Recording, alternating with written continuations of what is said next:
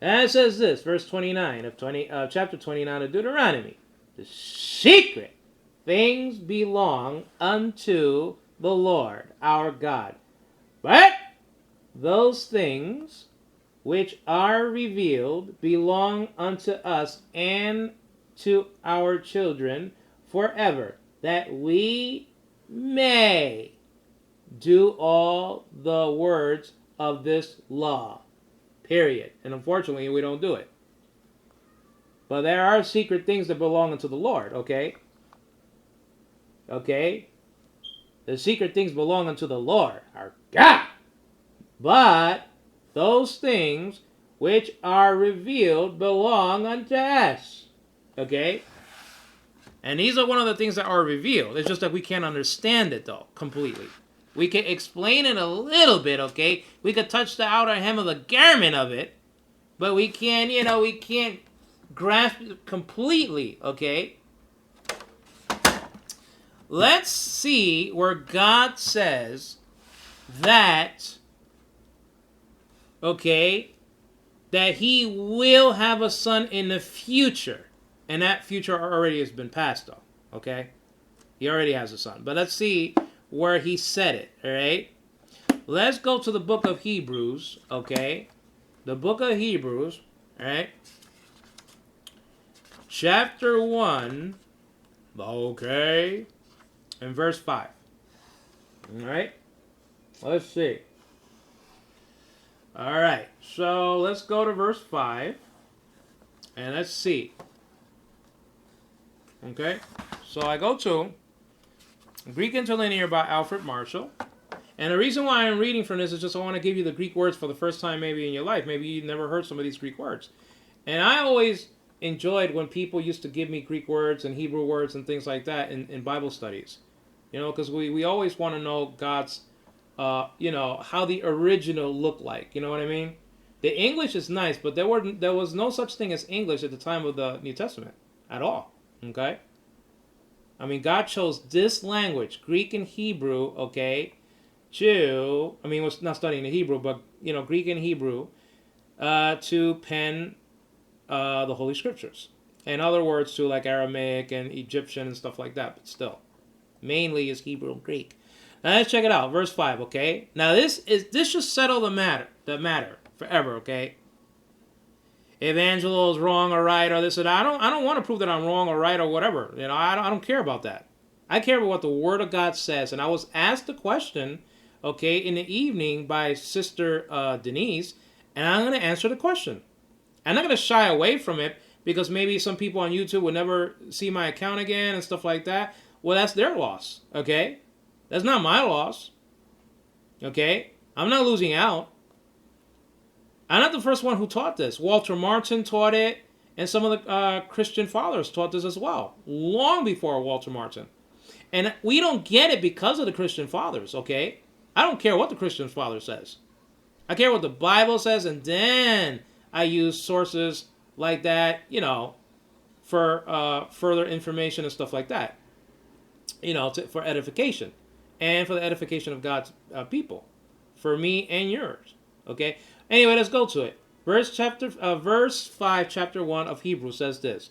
For to which, okay, said he, and said he is the Greek ipen, said he ever, pote, okay, of the angels, agalon, okay, son of me art thou. Okay?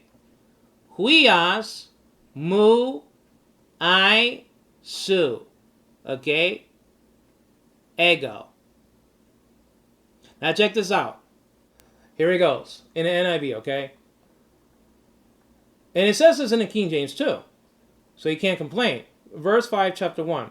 For to which of the angels did God ever say, check this out, quote, you are my son. Today, check it out. Today, I have become your father. Look at that, today. In other words, God was not the father of the Logos, okay, before the incarnation. It says it very, very clearly and cogently. This is a teaching verse, okay? This is a clear teaching verse. This is not a vague verse, okay? Like the King James only camp says, Psalm 147 says, I revealed my truth unto Jacob, and then they press it into King James. Come on, give me a break. The Jehovah's Witnesses do stuff like that all the time, and the Mormons. They twist scriptures into their own destruction. But it says over here, very clear text. I'm giving you as clear as J, okay? That there was a space and time, okay, that God became the father of, okay, the Logos, when the Logos was manifested in the flesh. And only then and there was he the father of the Logos. Okay? I'll say it again. Verse 5. For to which of the angels did God ever say, you are my son, today I have become your father? Look at that. Today. And it says, or again. Check this out. This is a heavy one. Check it out. Before you accuse me of heresy and crimes, okay? Check it out. It says, this is God speaking, okay? You got to listen to him, all right? Better listen to Dad, okay? Our Holy Father. Our Daddy. That's what Abba means, by the way. You better listen to God the Father. He says this. I will be his father. Look at that. I will. Not that I am. Meaning before the incarnation. I will be his father and he will be my son. Look at that. He will. Now this already happened though. Okay. It's not that we're waiting for a time that this is going to be completed. No, this has already been completed because of the incarnation. Okay. God was manifested in the flesh. The Word was made flesh. Okay? It was made flesh. Okay? Alrighty. But there was a space and time before that happened that God said, okay, you are my son, today I have become your father. Today.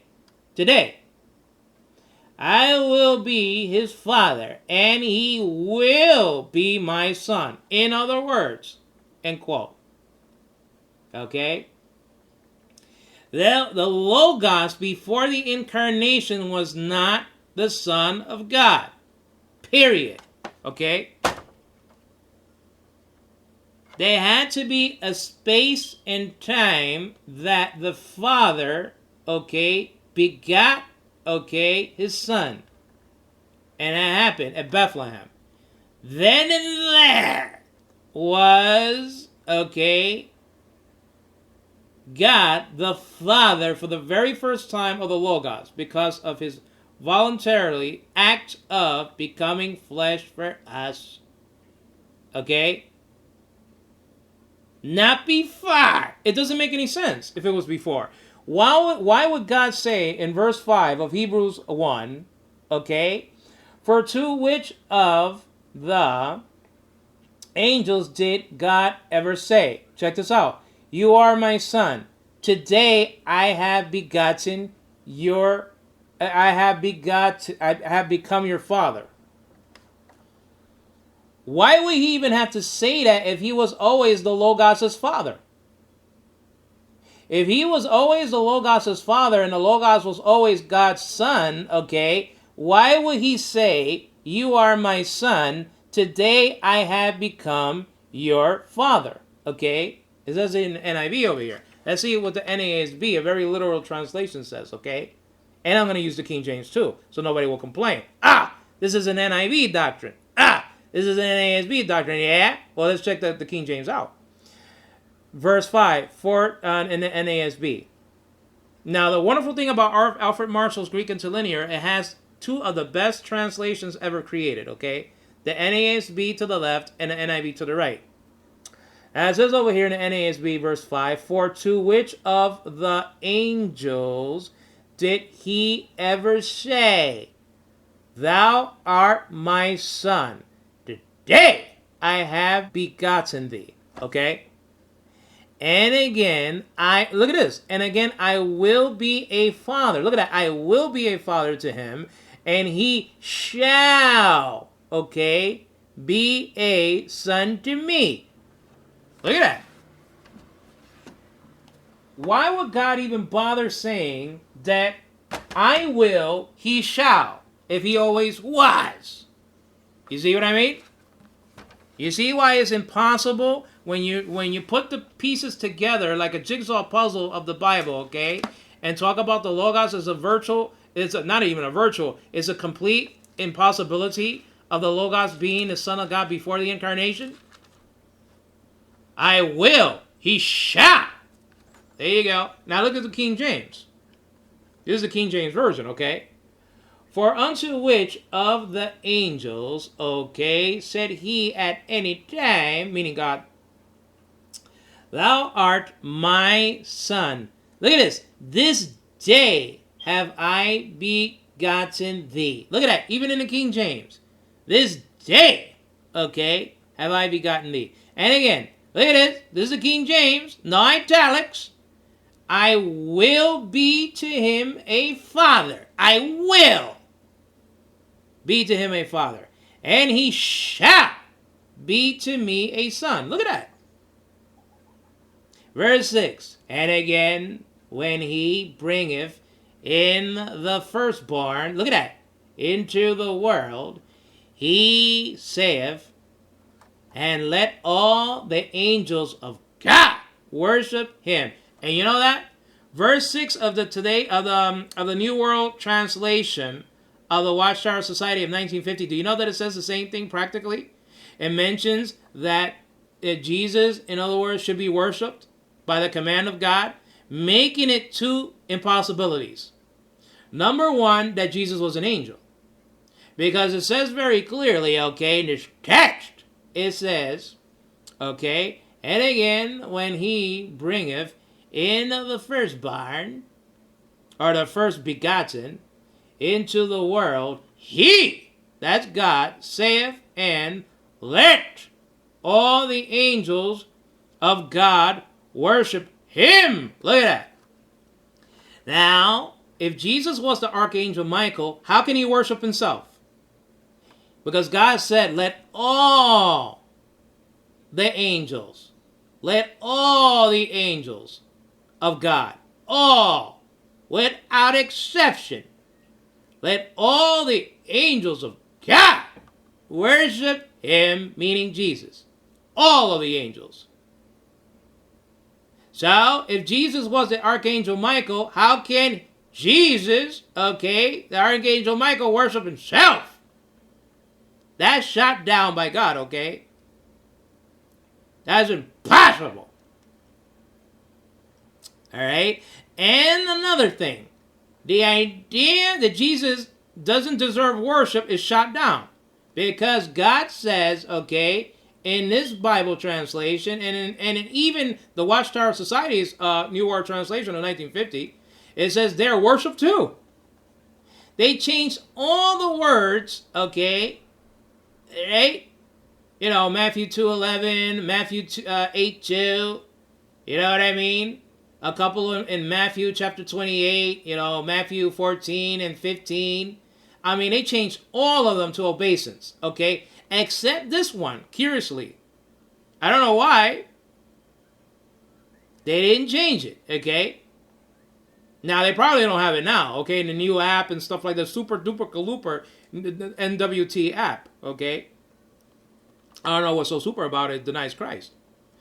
But it says in verse 7, and of the angels he saith, who maketh his angels spirits, and his ministers a flame of fire. Right? Now check this out. This is the difference between the angels and the Son. But unto the Son he saith. See the difference between the angels and Jesus? But unto the Son he saith, thy throne, O God. Look at that. God the Father is calling Jesus the Son God. Clearly in the text. Ha theos, it says in the Greek. God the Father calls Jesus plainly God.